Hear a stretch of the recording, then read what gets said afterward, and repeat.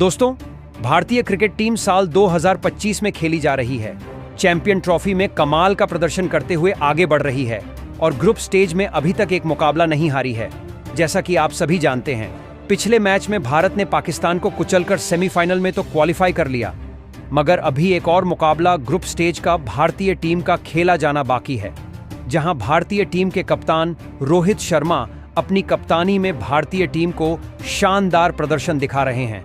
मगर आप group stage में एकमात्र मुकाबला जो कि न्यूजीलैंड के खिलाफ खेला जाना है, उसमें ही भारतीय टीम को जिताकर पॉइंट्स टेबल में नंबर 1 स्थान हासिल करके वह अपनी टीम को आगे बढ़ना चाहते हैं। ऐसे में न्यूजीलैंड के खिलाफ अपनी तूफानी तैयारी करते हुए उन्होंने अपनी रणनीति को साझा कर दिया है और जिस तरीके का काबिले तारीफ प्रदर्शन अभी तक भारतीय टीम करती आई है, कुछ उसको ध्यान में रखकर भारतीय टीम की नई खतरनाक प्लेइंग 11 घोषित कर दी है, जो कि न्यूजीलैंड को अगले महामुकाबले में कुचल कर रख देगी। तो ऐसी में आखिरकार भारतीय टीम का न्यूजीलैंड के खिलाफ मुकाबला कब और कितने बजे खेला जाएगा, इसकी शुरुआत कितने बजे होगी, टॉस कितने बजे फेंका जाएगा, ये कौन से स्टेडियम में खेला जा रहा है, अब तक भारत और न्यूजीलैंड के क्या रिकॉर्ड्स हैं और साथ ही साथ प्लेइंग 11 किस तरीके की दिखाई दे रही है और इस मुकाबले की लाइव स्ट्रीमिंग आपको कहां देखने को मिलेगी, सब कुछ आगे वीडियो में दिखाने जा रहे हैं। तो वीडियो को अंत तक जरूर देखिएगा, मगर उससे पहले हमें यह बताइए कि भारतीय कप्तान रोहित शर्मा और विराट कोहली में खतरनाक बल्लेबाज कौन है। प्रतिक्रियाएं कमेंट में दें। दोस्तों आपको बता दें, रोमांच की सारी हदें पार करते हुए चैंपियन ट्रॉफी 2025 आगे बढ़ती जा रही है। इसमें एक से एक बड़े बड़े महामुकाबला देखने को मिल रहे हैं, जहां भारतीय टीम ने तो गजब का प्रदर्शन किया है और आज तक भारतीय टीम को इस साल की चैंपियन ट्रॉफी में कोई नहीं हरा पाया है। जहां भारतीय गेंदबाजी हो या बल्लेबाजी, सबने कमाल कर डाला है। शुभमन गिल से लेकर रोहित शर्मा या फिर श्रेयस अय्यर हो, इसके बाद भारत के किंग कोहली ने शतक ठोक कर बता दिया कि पूरी टीम अलग ही गियर में खेल रही है। अब अगर गेंदबाजी की बात करें तो मोहम्मद शमी 5 विकेट पहले ही मैच में ले चुके हैं। इसके अलावा हर्षित राणा, हार्दिक पांड्या, अक्षर पटेल सब के सब अलग हो फॉर्म में चल रहे हैं। जहां भारत का सबसे पहले सामने बांग्लादेश से हुआ था, जिसमें भारतीय टीम ने एक तरफा जीत हासिल की और पिछले महामुकाबले में जब पाकिस्तान जैसे खतरनाक प्रतिद्वंद्वी से टक्कर हुई तो उसमें भारत ने बेहतरीन तरीके से 6 विकेट से पाकिस्तान को रौंद कर रख दिया और अपनी सेमीफाइनल में टिकट पक्की कर ली।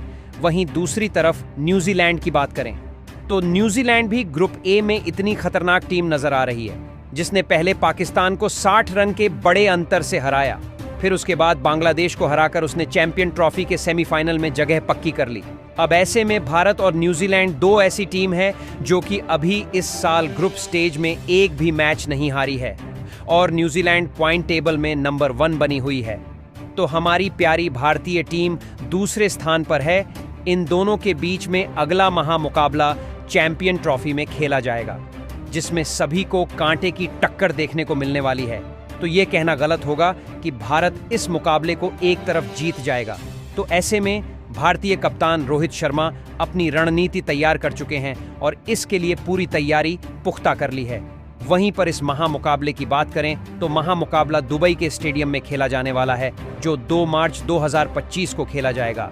भारतीय समय अनुसार इसकी शुरुआत दोपहर को 2:30 से होने वाली है, जबकि इसके लिए टॉस 2 बजे फेंक दिया जाएगा। तो वहीं पर अगर हम भारत और न्यूजीलैंड के वनडे में आंख निर्दयकों पर नजर डालें तो वह चौंकाने वाले हैं, क्योंकि भारतीय टीम और न्यूजीलैंड के बीच अब तक कुल 118 वनडे इंटरनेशनल खेले जा चुके हैं, जबकि इसमें भारत 60 मुकाबले जीत पाया है, जबकि न्यूजीलैंड ने 50 मैच में बाजी मारी है। दोस्तों, इसके अलावा इन दोनों टीमों के बीच 7 मैच बिना नतीजे के खत्म हुए, जबकि 1 मैच टाई पर खत्म हुआ है। ऐसे रिकॉर्ड देखकर तो सभी हैरान रह गए होंगे, क्योंकि अंतर उतना खास नहीं है, तो कहीं ना कहीं कांटे की टक्के हैं। मगर मौजूदा भारतीय टीम को देखते हुए भारत की जीत तय मानी जा रही है। मगर न्यूजीलैंड के मौजूदा प्रदर्शन के अनुसार भी खतरा नजर आ रहा है, क्योंकि उसने अभी कुछ समय से वनडे में हार का सामना नहीं किया, या फिर चाहे पाकिस्तान हो या बांग्लादेश, सबको कुचल दिया है। ऐसे में अब देखना होगा कि कौन बाजी मार पा रहा है और पॉइंट्स टेबल में टॉप पर फिनिश करता है। अब इस शानदार महाटक्कर में भारतीय टीम के जीत के परचम को लहराने के लिए भारतीय कप्तान रोहित शर्मा ने उप कप्तान शुभमन गिल के साथ मिलकर एक घातक प्लेइंग 11 का ऐलान कर दिया है। ऐसे में अगर हम प्लेइंग 11 की तरफ निगाहें डालें तो कप्तान रोहित शर्मा सबसे पहले स्थान पर खेलते हुए दिखाई देने वाले हैं। इनके साथ आपको फिर से शुभमन गिल की खतरनाक ओपनिंग जोड़ी खेलते हुए दिखाई देने वाली है, जिसमें सबसे पहले कप्तान रोहित शर्मा के प्रदर्शन पर निगाहें डालें तो वह बहुत ही ज्यादा घातक नजर आ रहा है। जब उनका बल्ला चलता है तो हर एक टीम का धज्जिया उड्डछना तय मानो। आजकल जब रोहित बल्लेबाजी करने आते हैं तो सामने वाली टीम की पहले ही खौफ में रहती है कि जल्द से जल्द रोहित को आउट करने होगा, क्योंकि अगर रोहित शर्मा कुछ देर बहु क्रीज पर टिक गए तो सामने वाले विरोधी की हवाइयां चढ़ने वाली होती हैं। वनडे में इनके जो मौजूद समय व कोड है वह सबको चौंका देने वाले हैं। जिस 3 हिटमैन का दिन होता है उस दिन किसी और का दिन नहीं होता। जहां पर रोहित शर्मा ने पिछले महामुकाबले में अपने टीम को तूफान की शुरुआत दिलाने में सफलता हासिल की थी। हालांकि वह अपना अर्धशतक पूरा नहीं कर पाए थे, मगर भारतीय टीम को एक विस्फोटक शुरुआत दिलाने में एक शानदार भूमिका उनके रही थी, जहां पर उनका मौजूदा समय में बल्ला हमेशा T20 क्रिकेट के मोड में चल रहा है और वनडे हो या टेस्ट सब कहीं हुए तूफान मचा रहे हैं। ऐसे में अगर रोहित शर्मा के वनडे आंकड़ों पर निगाहें डालें, उन्होंने अब तक 270 वनडे महामुकाबले खेले हैं, जिनमें तूफानी 49 की औसत से उन्होंने 11,049 रन ठोक दिए हैं। इस दौरान उनके वाले से 32 शतक निकले हैं, जबकि 2 दोहरा शतक भी ठोक चुके हैं। ऐसे में इनसे बचकर रहना होगा। इसके अलावा उपकप्तान शुभमन गिल भारतीय टीम की ओपनिंग करते हुए दिखाई देने वाले हैं। प्रिंस के नाम से मशहूर शुभमन गिल विराट कोहली की जिम्मेदारी संभालते हुए नजर आ रहे हैं, यानी भविष्य में यही विराट की जगह लेंगे, यानी जिम्मेदारी। तो शुभमन गिल का बैटिंग का तरीका भी बहुत आकर्षक होता है। क्लासिक शॉट इनके बल्ले से देखने को मिलते हैं। जहां तक गिल के फॉर्म की बात की जाए तो अभी बेहतरीन प्रदर्शन करते हुए नजर आए हैं। अगर यह विकेट पर टिक जाते हैं तो इन्हें आउट करना बहुत मुश्किल होता है, क्योंकि यह कभी भी जोखिम भरा शॉट नहीं लगाते हैं।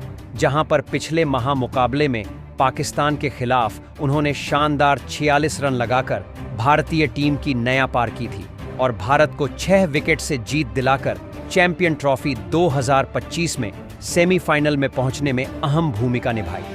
ऐसे में उनका शानदार फॉर्म सबको दिखाई दे रहा है, तो शुभमन गिल के प्रदर्शन पर शक करना गलत होगा।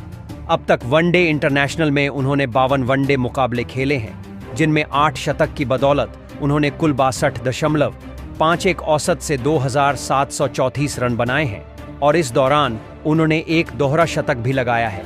वहीं तीसरे स्थान पर बात करें तो भारतीय टीम के किंग कोहली तीसरे स्थान पर बल्लेबाजी करने के लिए मैदान पर आएंगे। वनडे में सबसे ज्यादा 41 शतक लगाकर ये दुनिया में वनडे में सबसे ज्यादा शतक लगाने वाले बल्लेबाज है। अगर कोई ऊपरी विकेट गिर भी जाए तो भी कोई भारतीय फैन डरता नहीं, क्योंकि किंग कोहली जब तक है भारतीय टीम की नया पार कर ही देते हैं। मौजूदा समय में अगर क्रिकेट की दुनिया का सबसे बड़ा कोई बॉस है वह है विराट कोहली। पाकिस्तान के खिलाफ इन्होंने जो पारी खेली उसे कभी कोई नहीं भूल सकता। भारतीय टीम के लिए यह बल्लेबाजी की सबसे बड़ी कड़ी है, जहां पर विराट कोहली के अगर अंतर्राष्ट्रीय बल्लेबाजी के आंकड़ों पर नजर डाले तो वह है किसी भी तरीके से अकेले ही न्यूजीलैंड को चकनाचूर करने वाले दिखाई देते हैं। जहां पर विराट कोहली पाकिस्तान के खिलाफ अपना खतरनाक अंदाज दिखाते हुए शतक ठोककर जीत दिलाई है। विराट कोहली मुश्किल परिस्थितियों में भी भारतीय टीम को जीत दिला सकते हैं। अगर विराट के वनडे इंटरनेशनल के आंकड़ों पर निगाहें डालें तो उन्होंने अब तक कुल 299 वनडे महामुकाबले खेले हैं। इस दौरान 58 से ज्यादा की औसत से उन्होंने कुल 14,085 रन बनाए हैं और इस दौरान उन्होंने 73 अर्धशतक और 51 शतक लगाए हैं। तो न्यूजीलैंड को इनसे संभल कर रहना होगा। जबकि चौथे स्थान पर आपको श्रेयस अय्यर खेलते हुए दिखाई देंगे। इनका पिछले आउट समय में गजब का प्रदर्शन रहा है, जहां घरेलू मुकाबलों में भी यह छाए रहे हैं। कोलकाता नाइट राइडर टीम को इनकी कप्तानी में शानदार तरीके से IPL के खिताब जिताया था। इनका शानदार प्रदर्शन और मिडिल ऑर्डर में टिककर खेलना बहुत ज्यादा टीम के लक्के फायदेमंद होता है। पिछले मुकाबले में इनका बल्ला शानदार चला था और बेहतर 56 रन ठोककर पवेलियन लौट गए थे, मगर मिडिल ऑर्डर में श्रेयस अय्यर भारतीय टीम को स्थिरता प्रदान करते हैं और अगर जल्दी विकेट चले गए तो मिडिल ऑर्डर में आकर अपनी टीम की नया पार लगा देते हैं।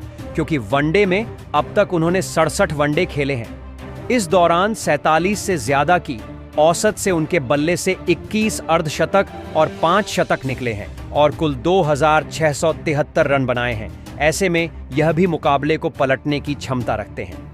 इसके बाद 5वें स्थान पर आपको विकेटकीपर बल्लेबाज के एल राहुल खेलते हुए दिखाई देने वाले हैं, क्योंकि ऋषभ पंत की वापसी की उम्मीद लगाई जा रही थी। मगर ऋषभ पंत इस समय चोटिल हैं, तो के एल राहुल को ही फिर से मौका मिला है। दोस्तों, सूर्य कुमार यादव से पहले अगर भारतीय टीम का असली 360 प्लेयर था तो वह के एक राहुल थे। आपको शायद याद न हो कि जब पहले के एल राहुल का फॉर्म टॉप पर था, इन एक से एक मैच जिताए हैं। इस खिलाड़ी के साथ जितने एक्सपेरिमेंट हुए हैं शायद किसी के साथ नहीं हुए। के एल राहुल को ओपन करवा दिया, उसके लिए भी हाँ कह दिया। अगर दूसरे स्थान पर खेलना है तो भी खेल सकते हैं, चौथे नंबर पर खेलना है, ये खिलाड़ी तैयार है। यह 7वें स्थान तक बल्लेबाजी कर चुके हैं। कप्तानी की या उपकप्तानी की जिम्मेदारी संभाल चुके हैं। विकेट कीपर के तौर और खिलाना है या सामान्य रूप में खिलाना है, यह खिलाड़ी तैयार है। असली मायने में यह खिलाड़ी सचमुच का क्रिकेट का 360 खिलाड़ी है। राहुल ने पिछले मुकाबले में नाबाद रहकर अपनी टीम को जीत दिलाई। उनके बल्ले से में बांग्लादेश खिलाफ 41 रन निकले थे। ऐसे में यह भारतीय टीम की तरफ से एक शानदार टुडुप का इक्का साबित हो सकते हैं, क्योंकि यह मुकाबला को फिनिश करने की क्षमता रखते हैं। उनके आंकड़ों पर निगाहें डालें तो कुल 82 वनडे महामुकाबले में 48.26 की औसत से 18 अर्धशतक और 7 शतक के साथ 3355 रन बनाए हैं। इसके बाद आपको 6वें स्थान पर ऑलराउंडर हार्दिक पांड्या का तूफान दिखाई देने वाला है। हार्दिक पांड्या की गेंदबाजी हो या बल्लेबाजी, दोनों खतरनाक होती है। मगर जब न्यूजीलैंड जैसा प्रतिद्वंदी होता है, उसे समय हार्दिक पांड्या एक अलग ही खूंखार अंदाज में खेलते हुए दिखाई देने वाले हैं। यह इन्होंने अभी तक करके दिखाया है। हार्दिक पांड्या ने अपनी खतरनाक गेंदबाजी के साथ बल्लेबाजी करके भारतीय टीम की कई बार पार की है। इनकी फील्डिंग भी बेहतरीन होती है। ये खिलाड़ी हाँ किया समय में बहुत सारे व्यक्तिगत परेशानियों से जूझकर निकल चुका है। वैसे में इसने भारत को T20 वर्ल्ड को जितवाया। भले कोई कुछ कहे, मगर हार्दिक पांड्या ने अहम मौकों पर भारत के लिए बहुत कुछ किया है। इस खिलाड़ी ने जब से डेब्यू किया है, हमेशा अपने प्रदर्शन से अपनी काबिलियत साबित की है। याद होगा जब IPL में मुंबई इंडियंस की कितनी मिली, इनको बहुत ट्रोलिंग का सामना करना पड़ डिढ़ा। फिर पत्नी ने छोड़ी DH दिया, सबने सबल उठाए। इस खिलाड़ी ने कुछ जवाब नहीं दिया, कुछ उल्टा सीधा नहीं कहा, सबकी सुनी हंसता रहा। फिर T20 विश्व कप जीतकर बात दिया कि असली चैंपियन आने खेल से दिखाता है। भले इनको लोग कुछ कहे, अगर एक खिलाड़ी के तौर पे देखे तो ये सच में एक लीजेंड खिलाड़ी हैं। अब आने वाले इस महामुकाबले में अगर गेंदबाजी की बात आई तो उन्होंने अपनी तूफानी गेंदबाजी से चकनाचूर कर सकते हैं और बल्लेबाजी से मैच को फिनिश करने की क्षमता वह रखते हैं। जहां तक हार्दिक पांड्या के रिकॉर्ड की बात करें तो उन्होंने अब तक 91 मैच में 89 विकेट हासिल किए हैं, जबकि बतौर बल्लेबाज उन्होंने 91 मैचों में 33 से ज्यादा की औसत के साथ 1813 रन बनाए हैं। इनसे भी संभल कर रहने की जरूरत है। 7वें स्थान पर आपको ऑलराउंडर अक्षर पटेल का तूफान दिखाई देने वाला है। गुजरात से आने वाले अक्षर पटेल को बापू के नाम से जाना जाता है। क्रूशियल समय पर भारत को हमेशा इन्हें विकेट निकाल कर दिया है। बापू ने पिछले मैच में कोहली को स्ट्राइक देकर उनका शतक पूरा होने में मदद की। वह सच में उनका महान काम था। पूरा भारत उन पर नाज कर रहा था। बापू बल्लेबाजी से भी कमाल करके लोअर ऑर्डर में भारत की बल्लेबाजी मजबूत करते हैं। यह बेहतरीन तरह की फील्डिंग बहू करते हैं। पाकिस्तान के खिलाफ इनका डायरेक्ट थ्रो कोई नहीं भूल सकता है। अक्षर पटेल ने पिछले महामुकाबले में शानदार विकेट लिया था, जबकि बल्लेबाजी में वह मिडिल ऑर्डर में आकर भारतीय टीम को एक शानदार बल्लेबाजी ऑप्शन प्रदान करते हैं। तो ऐसे में यह तूफानी ऑलराउंडर भारतीय टीम के लिए यह हमेशा मदद प्रदान करते हैं। जबकि 8वें स्थान पर आपको इस मुकाबले में ऑलराउंडर रविंद्र जडेजा खेलते हुए दिखाई देने वाले हैं। रविंद्र जडेजा बहुत ही शानदार गेंदबाज है, मगर बल्लेबाजी में उनका कोई जवाब नहीं है। वह खतरनाक बल्लेबाजी करके कई मुकाबले में फिनिशर की भूमिका अदा कर चुके हैं और उनके होने से भारतीय टीम को 8वें स्थान तक लगातार बल्लेबाजी का ऑप्शन मिल पा रहा है। रविंद्र जडेजा की स्पिन के सामने कोई नहीं टिकता है, मगर जब अंततः बल्लेबाजी की बात आती तो लंबे लंबे छक्के लगाने के लिए यह जाने जाते हैं। 9वें स्थान पर आपको बड़ा बदलाव देखने को मिला है, जहां पर कुलदीप यादव को इस मुकाबले से बाहर बिठा दिया गया है, जबकि वरुण चक्रवर्ती को खिलाया गया है। वरुण चक्रवर्ती एक शानदार स्पिनर गेंदबाज है और उनकी शानदार गेंदबाजी के सामने अच्छे अच्छे बल्लेबाज पानी भरते हुए नजर आ रहे हैं। मौजूदा समय में इनको जितनी महामुकाबले में गेंदबाजी करने का मौका मिला, हर मैच में शानदार गेंदबाजी से सामने वाली टीम को कुचल कर रख दिया है। जब पिछली कुछ T20 सीरीज में इन्हें मौका मिला तो इन्होंने शानदार गेंदबाजी से भारतीय टीम को एक तरफा मुकाबला जिता दिए। तो ऐसे में यह भारतीय टीम के लिए एक मजबूत कड़ी साबित होंगे। 10वें स्थान पर आपको तूफानी गेंदबाज हर्षित राणा खेलते हुए दिखाई देने वाले हैं। बांग्लादेश के खिलाफ महामुकाबले में जब इनको मौका दिया गया, उन्होंने शानदार गेंदबाजी से 3 अहम विकेट चटकाकर बांग्लादेश को चकनाचूर करने में अहम भूमिका निभाई थी। उनका यह पहला ICC टूर्नामेंट था, तो उन्होंने इसमें कमाल कर दिया। इसके अलावा पाकिस्तान खिलाफ एक विकेट ले चुके हैं। ऐसे में उम्मीद होगी कि मैच में भी न्यूजीलैंड के सामने वह दुबई के पिच पर कमाल करेंगे। जबकि 11वें स्थान पर भारतीय टीम के सबसे खतरनाक तेज गेंदबाज मोहम्मद शमी खेलते हुए दिखाई देंगे। मोहम्मद शमी की सीमा गेंदबाजी का कोई जवाब नहीं। इनका एक्सपीरियंस बबरतीय कप्तान को बहुत मदद प्रदान करता है। जब बात आती है परेशानियों स्व, इस खिलाड़ी ने हमेशा हमें उभारा है।